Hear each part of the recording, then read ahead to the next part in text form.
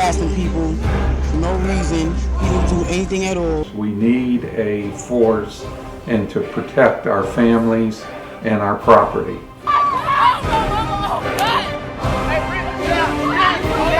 Somebody should go to prison over it. What I think we're finding is that we have racist police officers.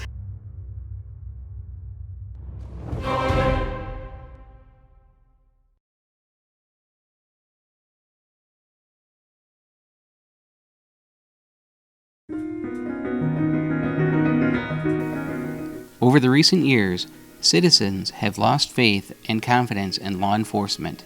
I don't believe that the police at any one day go out on their shift and say, I'm going to go out and chase a black man or a Latino.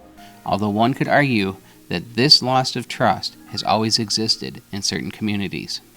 I believe that white racist or any prejudiced police officer is apt to use violent or deadly force on a black unarmed suspect just because he's a racist. And I don't think that they go out and put on the uniform. Every police officer puts on his uniform that morning and thinks that he's going to go out to, kill an unarmed black person, man, woman, or child. I think the majority of police are good. They interpret the laws correctly, and also I think we seem to forget at times their job is at risk every day. Their life could end very quickly any day on the job. The vast majority of people who live in the United States is that, oh yeah, we're fine, oh, racism is not an issue, because they don't live it every single day. When you have not had the privilege or the opportunity to live the black experience, then you would think that. When you are in a position of power and white privilege, then you don't have to be bothered with the things that black people do, like getting pulled over by the police, being harassed, planting evidence and things of that nature, being shot when you are unarmed. It wasn't until the recent police killings of Eric Gardner, Michael Brown, Walter Scott, Freddie Gray. I believe the whole incident regarding Michael Brown was blown out of proportion, and that the eyewitnesses to the event after the fact, not during when the news cameras were there, they recanted their stories that they told to the newspaper reporters. On August 9, 2014, teenager Michael Brown was shot and killed by police officer Darren Wilson. Officer Darren Wilson claimed he used deadly force because he felt his life was in danger and was left with no other choice. Michael Brown's DNA and blood were found in Officer Wilson's car.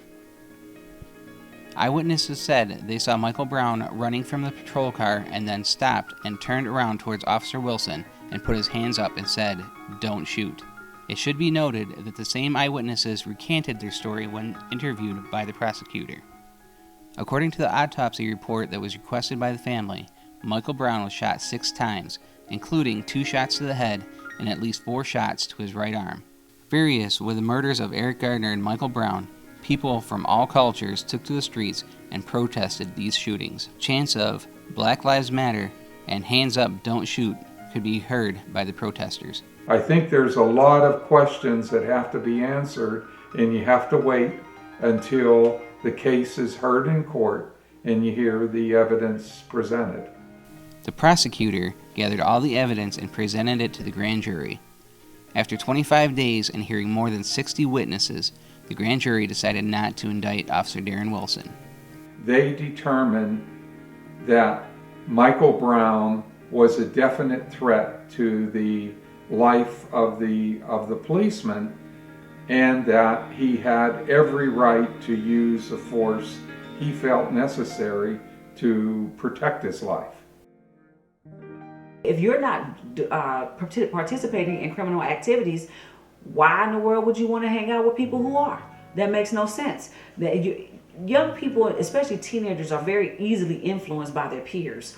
And you would have to assume that your child, if they're hanging out with criminals, are engaging in criminal behaviors, because criminals hang out with criminals. Shortly after, riots and looting broke out in the small town of Ferguson, Missouri, and several businesses were destroyed and burnt to the ground. Like most news stories, the Eric Gardner and Michael Brown case started losing steam until it was reunited, and video evidence of a South Carolina unarmed man named Walter Scott, who was shot in the back 8 times by a police officer, who not only murdered Mr. Scott in cold blood, but also tried to frame him by placing a weapon near his body.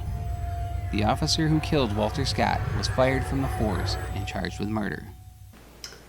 Walter Scott was a very tragic situation in South Carolina. When you have any suspect who's fleeing, I think that you have to make a snap judgment. And I don't think that judgment should be for you to shoot to kill. Whatever happened to foot chasings? There wasn't an immediate threat to the officer where he should have been even thinking of pulling his gun. The police officer hadn't been caught on tape. I think that he would have gotten away with the lies that he told. I think his partner also would have gotten away with the lies that he told to try to cover up for his partner. He would have definitely, in my opinion, gotten away with the murder of Walter Scott. In my opinion, from the portion of the footage that I just saw, the death of Walter Scott was not justified, the shooting. But I would also like to see the other footage preceding the camera, the person that recorded the portion that we just saw. If the police do not have the means of capturing the individual, how do you know that a weapon is not present? Just because a weapon isn't found does not mean to a cop that the person is unarmed until they have a chance to search them and make that determination. How many children are missing a parent behind senseless police brutality, death? I say to those who fear the police, don't rely upon them, and have problems with them performing their job, who is going to protect the general public from the criminals in this country?